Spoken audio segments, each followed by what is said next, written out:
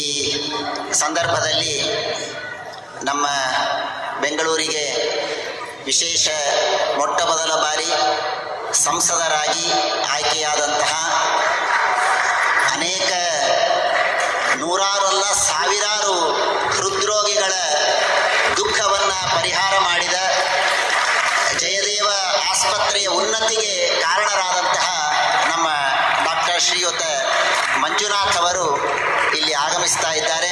ಗುರುಗಳ ದರ್ಶನವನ್ನು ಪಡೆಯೋದಕ್ಕಾಗಿ ಅವರಿಗೆ ಜೋರಾದ ಕರತಾಡನದ ಮೂಲಕ ನಾನು ಸ್ವಾಗತವನ್ನು ಕೋರ್ತಾ ಇದ್ದೇನೆ.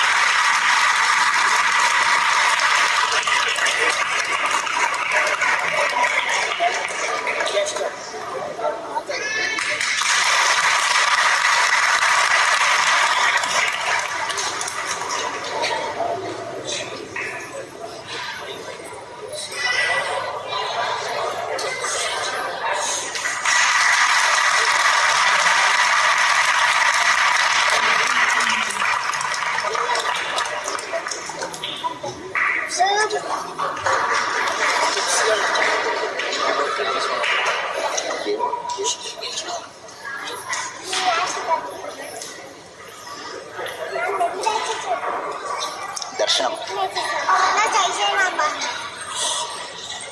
ನಮ್ಮ ರಾಜ್ಯ ಮಾತ್ರ ಅಲ್ಲ, ನಮ್ಮ ದೇಶವೇ ಹೆಮ್ಮೆ ಪಡುವಂತಹ ಸಂಸ್ಥೆ ಜಯದೇವ ಹೃದ್ರೋಗ ಸಂಸ್ಥೆ.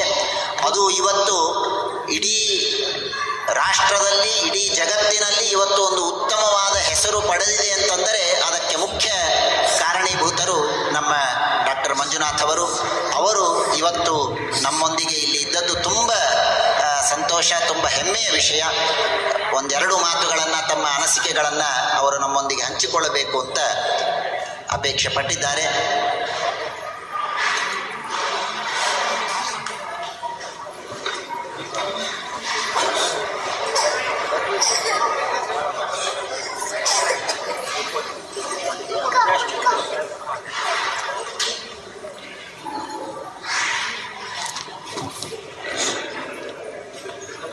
ಪೂಜ್ಯರ ಪಾದಗಳಲ್ಲಿ ನಮಸ್ಕರಿಸುತ್ತಾ, ಇಲ್ಲಿ ನೆರೆದಿರ್ತಕ್ಕಂಥ ಎಲ್ಲ ಭಕ್ತಾದಿಗಳಿಗೆ ಮತ್ತು ಉತ್ತರಾದಿ ಮಠದ ಅಭಿಮಾನಿ ವರ್ಗಕ್ಕೆ ನನ್ನ ಹೃದಯ ಸ್ಪರ್ಶಿ ಧನ್ಯವಾದಗಳು ಮತ್ತು ನಮಸ್ಕಾರಗಳು.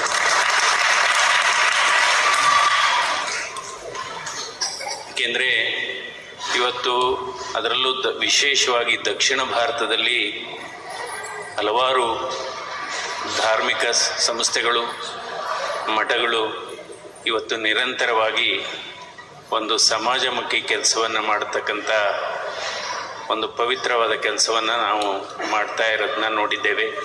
ಅದರಿಂದ ವಿಶೇಷವಾಗಿ ಉತ್ತರಾದಿ ಮಠದ ಪೀಠಾಧಿಪತಿಗಳನ್ನು ಮತ್ತು ತಮ್ಮೆಲ್ಲರನ್ನು ನಾನು ತುಂಬ ಹೃದಯದಿಂದ ಅಭಿನಂದಿಸ್ತೇನೆ. ಯಾಕೆಂದರೆ ನಾವು ಎಷ್ಟು ಓದಿದ್ದೀವಿ ಅನ್ನೋದು ಮುಖ್ಯವಲ್ಲ, ಎಷ್ಟು ಪದವಿಗಳನ್ನು ಪಡೆದಿದ್ದೀವಿ, ಎಷ್ಟು ಪಾರಿತೋಷಕಗಳನ್ನು ಗಳಿಸಿದ್ದೀವಿ ಅನ್ನೋದು ಮುಖ್ಯ ಅಲ್ಲ. ನಮ್ಮ ಓದು ನಮಗೆ ಎಷ್ಟು ಸಂಸ್ಕಾರವನ್ನು ತಂದು ಕೊಟ್ಟಿದೆ ಅನ್ನೋದು ಬಹಳ ಮುಖ್ಯವಾದದ್ದು.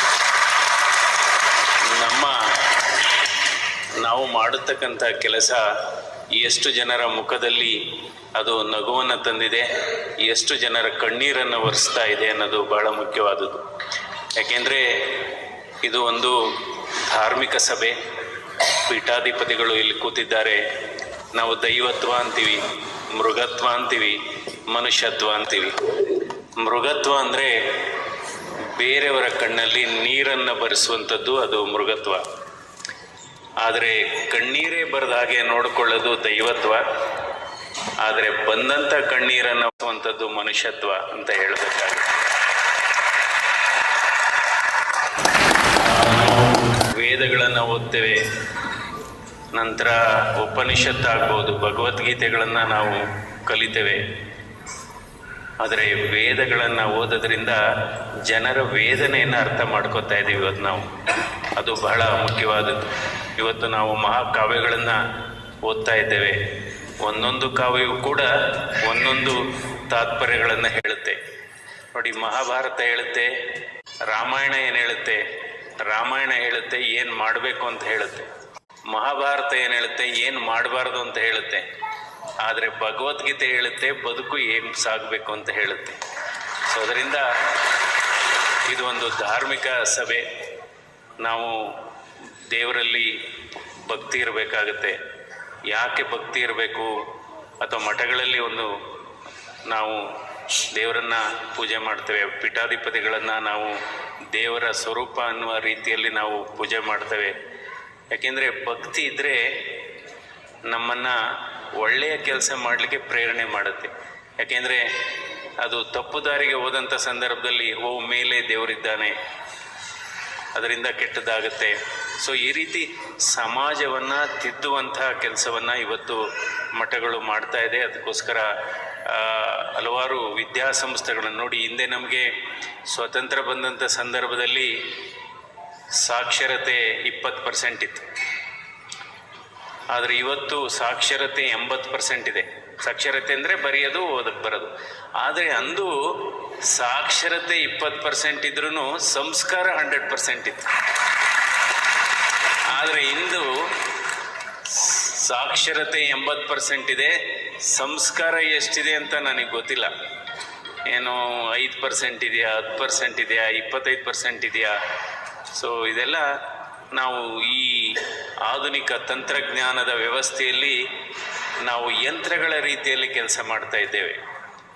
ನಮಗೆ ಗೊತ್ತಿಲ್ಲದೆ ಹಲವಾರು ಒತ್ತಡಗಳು, ಸಂಸಾರದ ಒತ್ತಡ ಆಗ್ಬೋದು, ಅಥವಾ ಓದಿನ ಒತ್ತಡ ಆಗ್ಬೋದು, ಭವಿಷ್ಯದ ಒತ್ತಡ ಆಗ್ಬೋದು, ಹಾಗೆಯೇ ಕೆಲಸದ ಒತ್ತಡ ಆಗ್ಬೋದು. ಆದರೆ ಈ ರೀತಿಯ ನಾವು ಉಪನ್ಯಾಸಗಳನ್ನು ಕೇಳಿದರೆ ಅದೇ ಒಂದು ಔಷಧಿ ಅಂತ ಹೇಳಬೇಕು.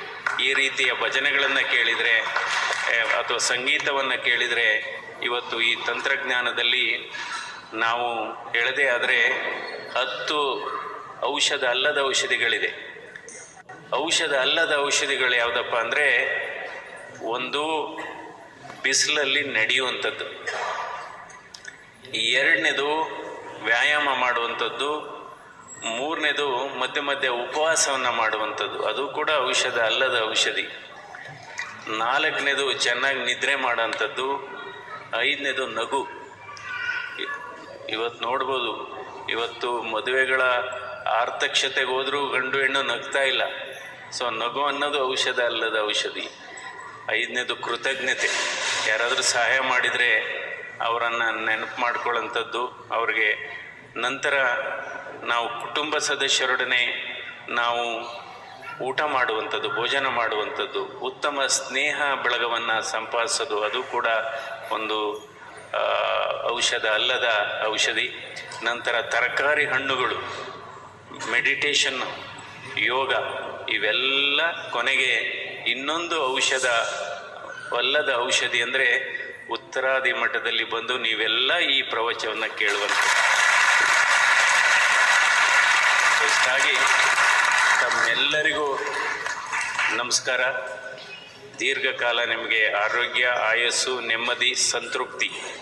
ಬಹುಶಃ ನಿಜವಾದ ಶ್ರೀಮಂತಿಕೆ ಯಾವುದಪ್ಪ ಅಂದರೆ ಸಂತೃಪ್ತಿ. ನಮಸ್ಕಾರ.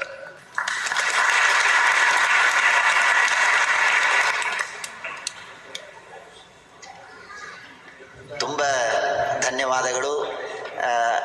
ಧಾರ್ಮಿಕ ಈ ಸಭೆಯಲ್ಲಿ, ಈ ಸಭೆಗೆ ಉಚಿತವಾದ, ಅತ್ಯಂತ ಸಂದರ್ಭೋಚಿತವಾದ, ಅವರು ಮಧ್ಯೆ ಉಪವಾಸ ಮಾಡಬೇಕು ಅಂದರು. ನಾಳೆಯೇ ನಮಗೆ ಉಪವಾಸ ಬಂದಿದೆ, ಏಕಾದಶಿಯ ಉಪವಾಸ.